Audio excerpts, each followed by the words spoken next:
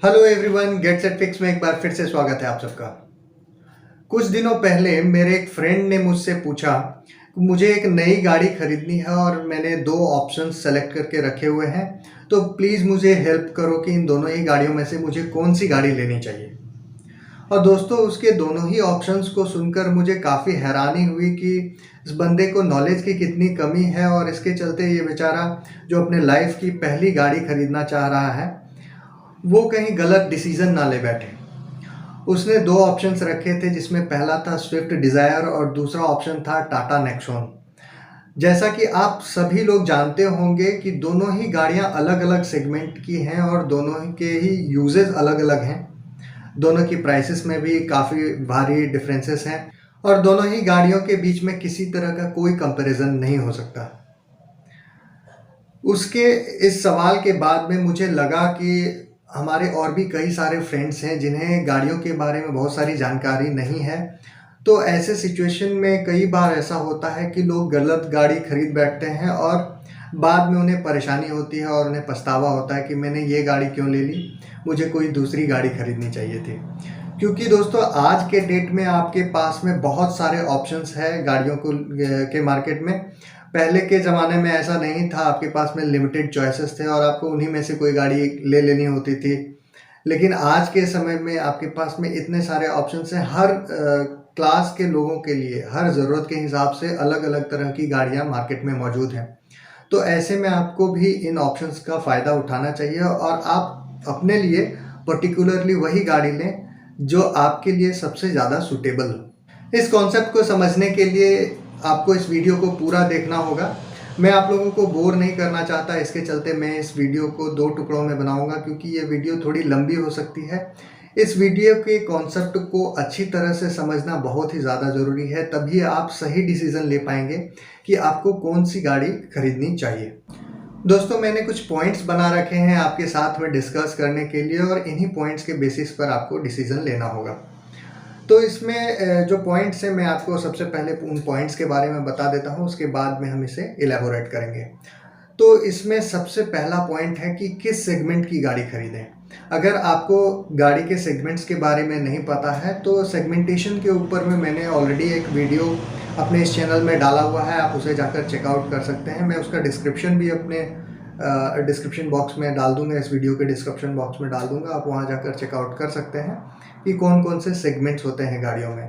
तो पहली बात जो आपको ध्यान में रखनी है वो ये है कि आपको कौन से सेगमेंट की गाड़ी खरीदनी चाहिए। दूसरा पॉइंट होता है बजट। आपको ध्यान में रखना है कि आपकी बजट कितनी है, आप उसी हिसाब से गाड़ी का चुनाव करेंगे। तीसरा पॉइंट है फ्यूल। आपको कौन से फ्यूल वाली गाड़ी लेनी चाहिए, आपको पेट्रोल लेनी चाहिए, डीजल लेनी चाहिए या फिर सीएनजी लेनी चाहिए। आपको इन बातों पर भी ध्यान देना ज़रूरी है। हमारा चौथा पॉइंट है कि आपको नई कार लेनी चाहिए या फिर पुरानी कार लेनी चाहिए। पांचवा पॉइंट है कि आपको इस बात का भी ध्यान रखना है कि गाड़ी खरीदने के बाद में इसकी आफ्टर सेल सर्विस किस तरह से, आपके एरिया में आप जिस ज्योग्राफिकल लोकेशन में रहते हैं वहाँ पर आफ्टर सेल सर्विस इस गाड़ी की कैसी है और इसके मेंटेनेंस में आपको कितना खर्च होने वाला है। क्योंकि गाड़ी खरीदना एक बहुत बड़ी बात नहीं होती है, इसके मेंटेनेंस में भी कई सारे खर्चे आते हैं। तो आपको अपने बजट में इस बात का भी ध्यान रखना ज़रूरी होता है। और सबसे लास्ट पॉइंट जो हमारा छठा पॉइंट है वो है कि गाड़ी खरीदने का सबसे सही समय कौन सा होता है, कौन से समय में आप गाड़ी खरीदें ताकि आपको बेहतर से बेहतर डील मिल सके। तो चलिए शुरू करते हैं। हमारा सबसे पहला पॉइंट है कौन से सेगमेंट की कार आपको खरीदनी चाहिए। ये पूरी तरह से आपके यूजेस के ऊपर में डिपेंड करती है। सबसे पहले आपको फाइंड आउट करना है कि आपको गाड़ी की यूज़ क्या है।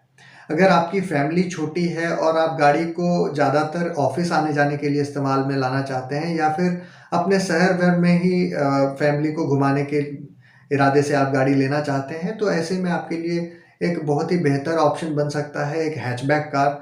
क्योंकि हैचबैक कार को शहर के अंदर में चलाना भी आसान होता है, इसकी छोटी साइज़ के चलते ट्रैफिक में आपको ज़्यादा प्रॉब्लम नहीं आती है और इसके अलावा इसको पार्क करने में भी आपको ज़्यादा कुछ परेशानी नहीं आती है। इन दोनों ही रीज़न्स के अलावा इसकी फ्यूल एफिशिएंसी आपको ज़्यादा बेहतर मिलती है और इसके मेंटेनेंस में भी कम खर्च होता है। और अगर आप हैचबैक में ही देखने जाएँ तो आपके पास में हैचबैक में भी काफ़ी सारे ऑप्शंस हैं, आप लग्ज़री हैचबैक तक ले सकते हैं। दूसरा केस आता है कि आपको शहर से बाहर ज़्यादा जाना होता है और आपके साथ में लगेज भी होता है, फैमिली छोटी है, तो ऐसे केस में आप सेडान कार ले सकते हैं क्योंकि सेडान्स को हाईवेज़ में ड्राइव करना ज़्यादा आसान होता है। ये गाड़ियाँ हाईवेज़ के ऊपर में ज़्यादा स्टेबल होती है as compare to any other car, और साथ ही साथ में आपको लगेज के लिए भी इसमें स्पेस मिल जाता है। तीसरा सिचुएशन है कि आपको ऑफ रोडिंग में ज़्यादा गाड़ी इस्तेमाल करनी है या फिर आप किसी ऐसे जगह में रहते हैं जहाँ पे रोड की हालत कुछ बहुत ज़्यादा अच्छी नहीं है, तो ऐसे सिचुएशन में आप एसयूवीज़ की तरफ जा सकते हैं। एसयूवीज़ में भी काफ़ी सारे सेगमेंट्स हैं और हर प्राइस रेंज में आपको एसयूवीज़ अवेलेबल हैं आज के मार्केट में, तो आप उधर जा सकते हैं। अगला सिचुएशन है कि आपकी फैमिली बड़ी है, आपकी फैमिली में 6-7 लोग हैं या उससे ज़्यादा लोग हैं और ऐसे में आपको अक्सर लगभग सभी लोगों को लेकर कहीं जाना होता है। तो इस सिचुएशन में आप एमपीवीज़ की तरफ रुख कर सकते हैं क्योंकि एमपीवीज़ में आपको 6 सीटर या 7 सीटर ऑप्शंस मिल जाते हैं, तो बड़ी फैमिली के लिए आप इसका इस्तेमाल कर सकते हैं। तो इस तरह से सेगमेंट चूज़ करना आपके लिए बहुत ही ज़रूरी है क्योंकि अगर आप बड़ी फैमिली के केस में छोटी कार ले लेते हैं तो उसमें परेशानी है, या फिर आप डेली यूज़ के लिए आप बड़ी कार ले लेते हैं तो आपको उसे भी यूज़ करने में परेशानी उठानी पड़ सकती है। तो ये था हमारा डिसीज़न का पहला पॉइंट कि आपको कौन से सेगमेंट की कार खरीदनी है, सबसे पहले आपको ये डिसाइड कर लेना है।